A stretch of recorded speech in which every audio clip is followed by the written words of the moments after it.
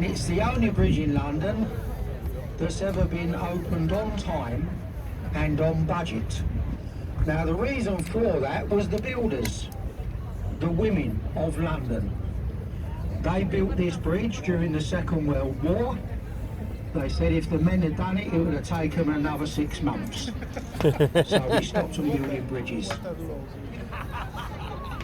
Now if you look on the bridge supports, you'll see the green horizontal line, and that's going to be the height of tonight's tide. Wow.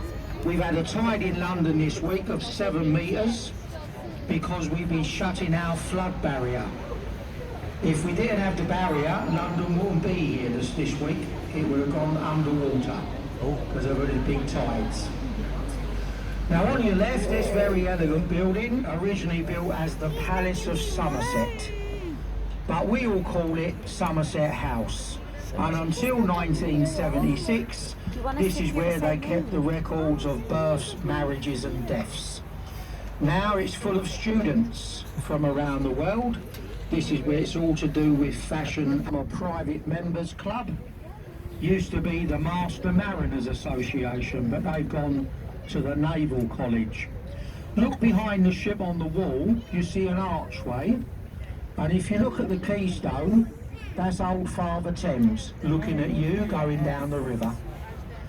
Also on the left, keep looking on the wall, you will see 2 silver dragons, one each side of the road, and they're guarding the City of London.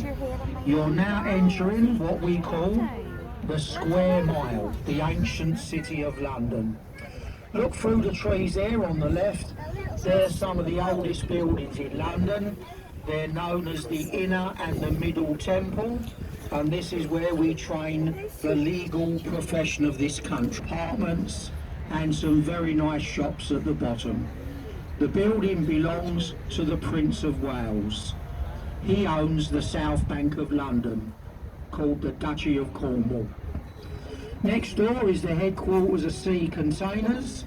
Top half is now a hotel. And then the last building up there, the pregnant lady, that's Blackfriars Tower. If you want an apartment in there, they start at £800,000. They sold the penthouse at the top for 32 million. It now belongs to Queen Victoria. And then the second bridge, the little red columns each side, this is all that remains of the first railway bridge. This was designed by Isambard Kingdom Brunel, carried the first steam train out of London to Dover in 1864. But the last bridge, well, this was rebuilt 10 years ago. We turned a railway bridge into a station. Unfortunately, the viewing gallery on top doesn't open on Sunday. Tomorrow, they'll let you climb the 520 steps to the top. Now this is the newest bridge. It was the Millennium Footbridge in the morning, the first upside down suspension bridge in the world, and it was the Wibbly Wobbly Bridge in the afternoon. As the people walked across, it swayed so violently it had to be closed down, but only for 6 months.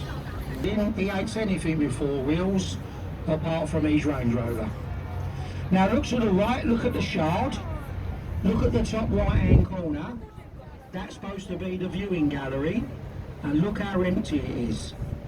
The reason it's empty is because it's too expensive. Why pay £35 to go up the Shard when you can go up the towers on the left and there is no charge? The London diarist lived when he described the Great Fire of London. Mind you, the beer was a lot cheaper then, so that's why he stayed there. You're now underneath Cannon Street Bridge, and as we go under, if you like to, there's been 4 bridges here. First one fell down, second one was burnt down, the last one we sold it as a jigsaw puzzle. That's now in Lake Havasu in Arizona. This bridge opened 1973. Look between the buildings on Qatari royal family. That's the family who wanted to buy Man United Football Club till they saw him playing football.